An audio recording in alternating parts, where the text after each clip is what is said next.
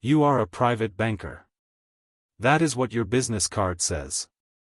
What it actually means is that you manage money for people who cannot use normal banks. Your office is on the 38th floor of a glass tower downtown. The lobby smells like polished marble and quiet power. Your clients arrive in tailored suits, designer watches, and controlled expressions. They do not look like criminals. That is why they hired you. You specialize in discretion. Layered accounts. Shell corporations. Jurisdictions that do not ask questions. You do not move drugs. You do not move weapons. You move numbers. And numbers are cleaner. 3 years ago, you were just another compliance analyst reviewing suspicious transfers for a mid-tier bank.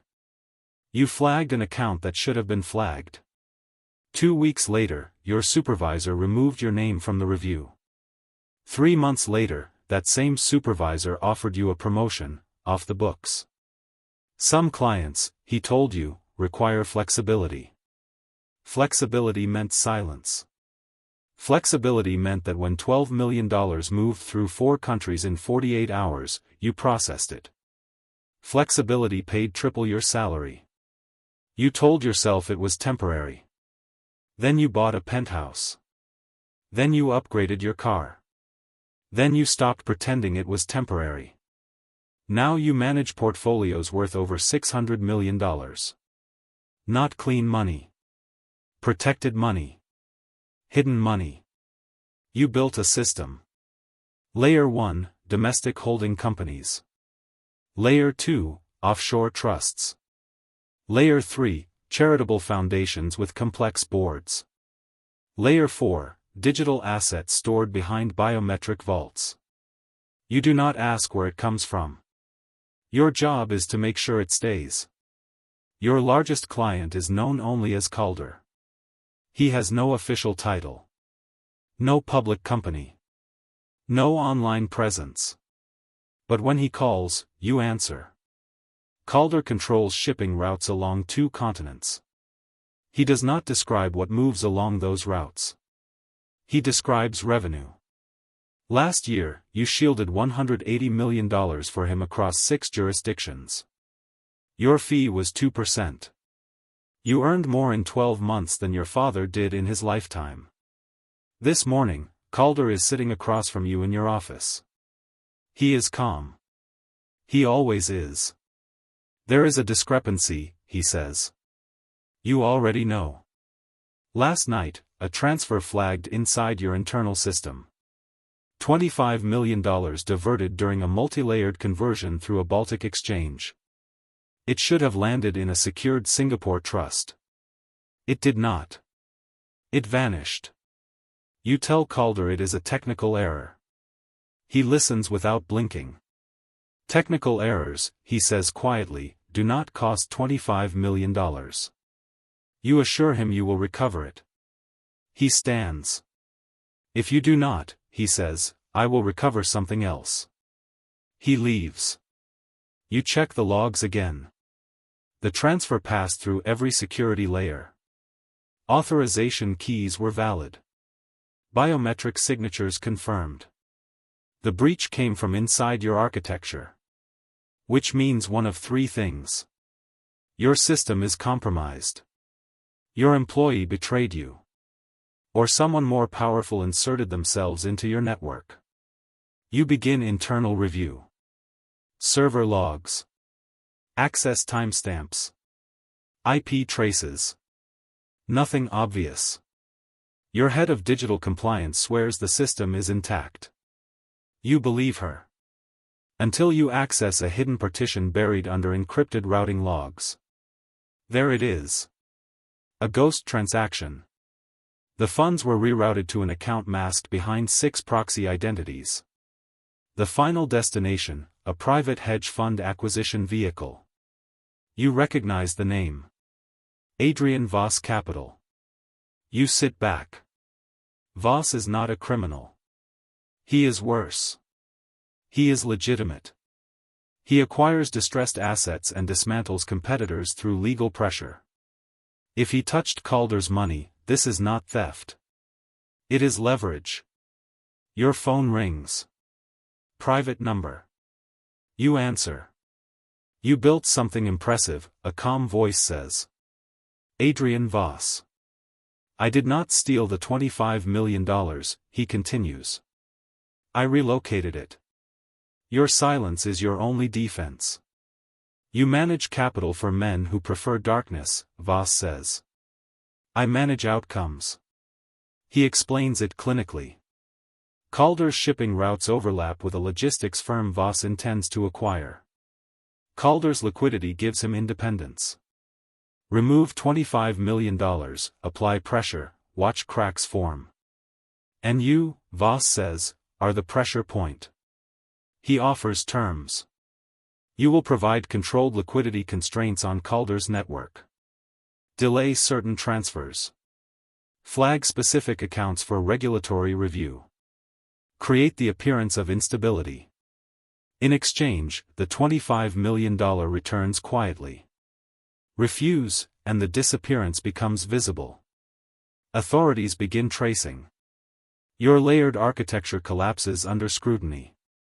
Every client exposed. Including you. You hang up. For the first time in years, you are not the most dangerous person in the room. You are collateral. Calder calls that evening. Status, he says. You say recovery is in progress. You have 7 days before he expects resolution. 7 days before $25 million becomes your liability. You calculate options. Option 1, tell Calder the truth. He eliminates Voss.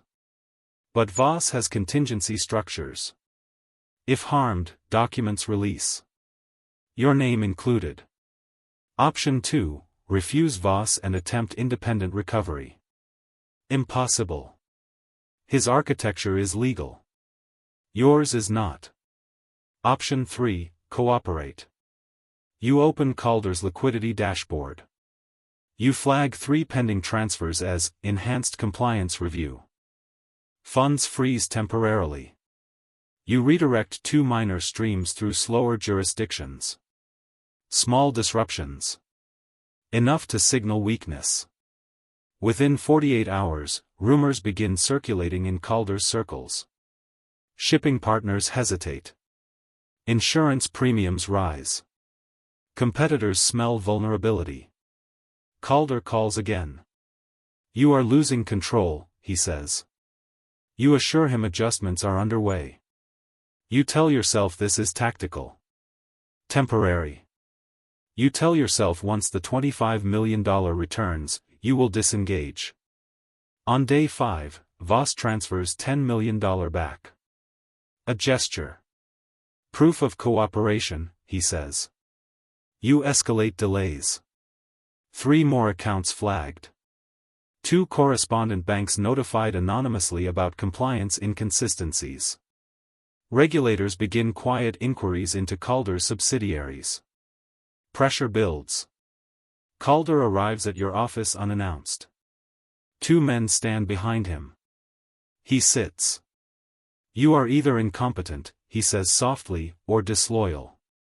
You maintain composure. Infrastructure strain, you reply.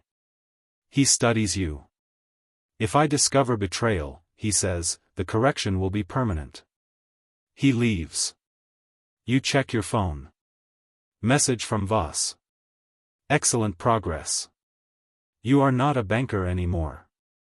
You are a weapon. On day 7, the remaining $15 million returns to the Singapore Trust. Calder's funds are whole. But the damage is not. Insurance reviews triggered. 2 shipping contracts suspended. A pending acquisition offer appears from Adrian Voss Capital targeting Calder's logistics partner. This was never about $25 million. It was about weakening a rival. You attempt to restore normal flow. Lift freezes. Accelerate transfers. Calder's liquidity stabilizes. But the perception of instability lingers. In finance, perception is contagion. 3 weeks later, Voss completes acquisition of the logistics firm. Calder loses leverage in 2 key ports. He calls you again. Someone applied pressure, he says. Yes, you reply. And you felt nothing? You hesitate. That is enough. 2 days later, authorities arrive at your office. Search warrants. Financial Crimes Division. Anonymous tip regarding suspicious international transfers. Your servers are seized. Employees questioned. Clients panic. Calder disappears. Phones disconnected. Accounts dormant. He has contingency plans too. You sit in an interrogation room. Agents present transfer records. Layered trusts. Offshore shells. They know enough. Not everything. But enough. Help us map the network, one agent says. Full cooperation reduces exposure. You recognize the pattern. Voss applied pressure to Calder. Now someone applied pressure to you. Perhaps Voss again. Perhaps Calder. In this world, leverage is currency. You calculate one final time. If you cooperate, you dismantle what remains of Calder's empire. If you refuse, you carry the liability alone. You built systems to protect criminals. You did not build one to protect yourself. You agree to cooperate. Over 6 months, you provide transaction pathways. Beneficial ownership structures. Encryption keys. Calder is indicted overseas. Assets frozen globally. Voss is never mentioned. He acquired what he wanted before collapse. You receive reduced sentencing. 5 years. 3 with good behavior. Your licenses revoked permanently. Your penthouse sold. Your accounts audited. Your architecture dismantled. You are relocated after release. New city. New compliance job advising banks how to detect structures like the ones you designed. You earn modestly. Legally. Quietly. One evening, you receive a message from an unknown number. You were effective, it reads. No signature. No threat. No gratitude. Just acknowledgement. You delete it.